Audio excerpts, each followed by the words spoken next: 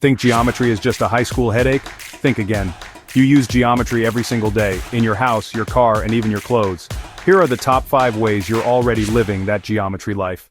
First up, designing your space. Trying to fit a couch along a wall? Figuring out the best angle for your TV? That's geometry helping you make things look and feel right. Number 2, shapes are everywhere. Cutting a pizza into slices, picking the right shaped dining table, or even folding a blanket. It all comes down to understanding shapes and angles.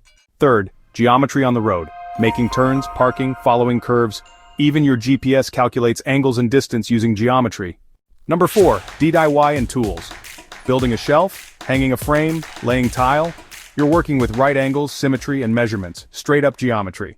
And finally, geometry equals sign design magic. Symmetry in fashion, angles in photography, patterns in tile, and logos that just feel right. That's geometry making things pop. See, geometry isn't just in textbooks. It's in your home, your car, your selfies, and your vibe. So next time someone says, "I'll never use this stuff," you already are.